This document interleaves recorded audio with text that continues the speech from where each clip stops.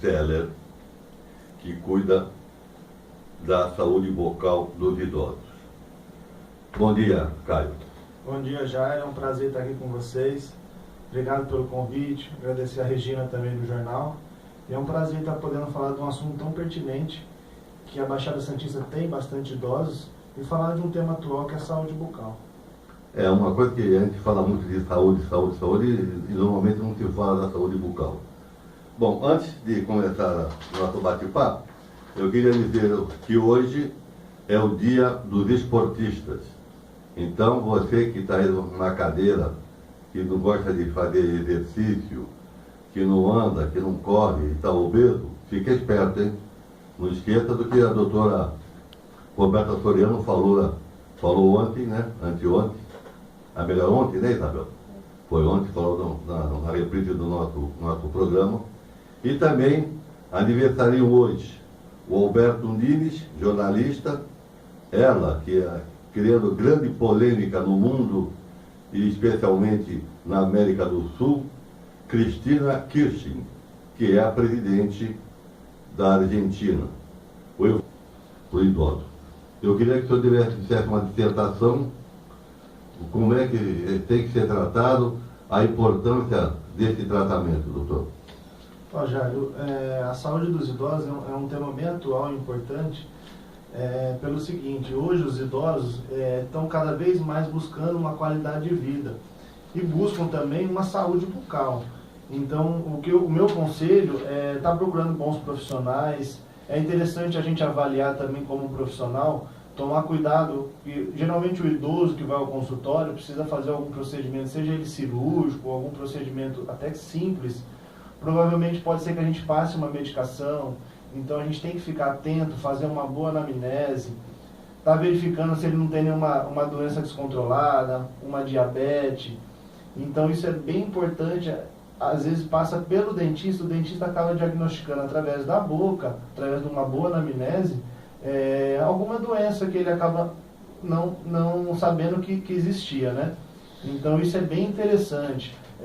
Em relação também às vezes, à ausência dos dentes, se é diabético, se não é, tomar cuidado com os anti-inflamatórios quando for passar para os idosos, que eles diminuem o efeito dos remédios de pressão. E hoje a gente sabe que não é só os idosos que tomam remédio para pressão, hoje os jovens, devido ao que você acabou de comentar também, o pessoal que não pratica esporte, que fica no dia a dia, na correria, com estresse, acaba... E se alimenta mal também, né? E se alimenta mal. Tem os fast foods da vida aí, e isso é uma coisa que a gente acaba, no dia a dia, acaba se submetendo a isso, né? Tem uma vida muito corrida, não para almoçar direito. Então a importância de estar indo, e principalmente também aqueles idosos que já estão acamados, que às vezes precisam ser supervisionados por algum adulto ou por familiares, que tem dificuldade de motricidade. Então é importante sempre ter uma pessoa supervisionando, assim como uma criança também. Então é interessante ter um adulto supervisionando, ver se ele está higienizando direitinho a prótese. Às vezes a maioria deles usam próteses totais, próteses parciais. Então isso é muito importante, a gente está avaliando isso para evitar alguns fungos que podem dar na cavidade oral devido a uma má higienização de uma prótese. Então, assim, eu acho que é um tema bem amplo, né, que dá para a gente discutir bastante aí sobre a... Então vamos falar sobre a questão o que é a doença da gengiva na terceira idade. A doença da gengiva, existem dois tipos comuns, a gengivite e a periodontite. A gengivite é uma doença reversível, ou seja, é aquele vermelhidão na gengiva, aquele sangramento, você vai passar o fio, machuca, sangra um pouco, você vai fazer a escovação, você já começa a sentir um hálito meio diferente. Então o que você precisa fazer é procurar um profissional, se possível especializado, então periodontista, que é um profissional habilitado para fazer o tratamento das doenças da gengiva, e aí ele vai te orientar, vai fazer o tratamento adequado, para você não chegar a desenvolver, quem sabe, uma periodontite, que é antigamente popularizada, falada como piorreia, né? Então, assim, falando leigamente, é o amolecimento dos dentes. Então, são aqueles pacientes que já chegam no nosso consultório e falam: poxa, doutor, eu não tenho cárie, eu não tenho dor nenhuma nos meus dentes, mas meus dentes eu estou perdendo eles, até em casa eu consigo tirar eles. Então, assim, acaba sendo uma doença mais agressiva, onde a gente tem a perda dos dentes, porque aquela placa acumulada e não tratada por um descuido, aquela gengivite que era reversível, acabou passando por um quadro mais agudo, irreversível, onde a gente consegue fazer o tratamento e estabilizar a doença, mas é um paciente que vai ter que estar sempre indo aos consultórios.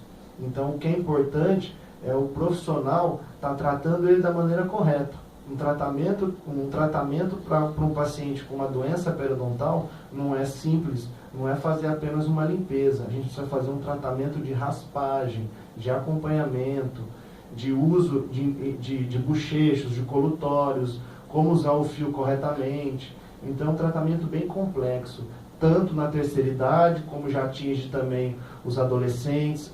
Tem algumas crianças que eu já tratei também com início de gengivite. E isso tudo, o fator etiológico, causador da doença periodontal, seja a gengivite como a periodontite, é o fator etiológico, é a placa bacteriana. E você não escovando da maneira correta, não passando fio, juntando com o uso de tabaco, às vezes a pessoa é muito estressada, tem o hábito de ranger os dentes, aquele estresse que é o bruxismo, o briquismo, que é o ato de apertar os dentes, acaba piorando esse problema periodontal. E também falando de uma coisa assim que é comum na terceira idade, é a ausência de alguns dentes. Então, esse fato de você perder alguns dentes acaba piorando esse fator gengival. Então, acaba dando uma bagunçada mesmo na articulação, onde é necessário e importante estar fazendo a reabilitação disso daí. Bom, a questão da visita periódica ao dentista, qual é o tempo, o prazo ideal para a pessoa estar sempre acompanhando? Porque não é só a pessoa que tem doença do coração, né, que tem doença do rim, que tem que fazer exame de 6 em 6 meses, de ano em ano. Como é que funciona, não só na terceira idade, mas no modo geral, né? Olha, eu costumo dizer assim, em média a gente fala pelo menos 1 a 2 vezes ao ano, está procurando um profissional. Mas assim, os pacientes, como a gente citou agora, pacientes portadores de doença periodontal, seja gengivite, seja periodontite, eu costumo dizer até para meus clientes, eu falo assim, ó, a gente sabe quando começa alguma coisa errada na nossa boca. Você acaba de fazer um tratamento gengival, tá com a tua boca em ordem, tá motivado, tá passando fio, aí passa 15 dias, o ser humano é assim, a gente acaba ficando desmotivado, hoje eu vou passar o fio só à noite, hoje eu não vou passar, e começa a voltar aquele hálito, começa a voltar aquele sangramento gengival, aí você fala, poxa, mas eu tive no dentista mês passado, mas você teve um descuido, é uma via de mão dupla, é um ajudando o outro. Então, nesses casos, você tem que estar indo sempre no dentista. Se é de mês em mês, se é com teu cuidado uma vez por ano, ou se você tem um descuido e você nota que esse problema que eu acabei de citar vem acontecendo depois de 6 meses, então isso varia um pouco de cada paciente, mas em média de 6 em 6 meses, 2 vezes no ano, ou esses tipos de pacientes com problemas de gengiva, quem sabe está indo direto, periodicamente, ao dentista. Fazer um bom acompanhamento, né? Fazer um bom acompanhamento, com certeza. Bom, são 10 e 14. Eu queria falar também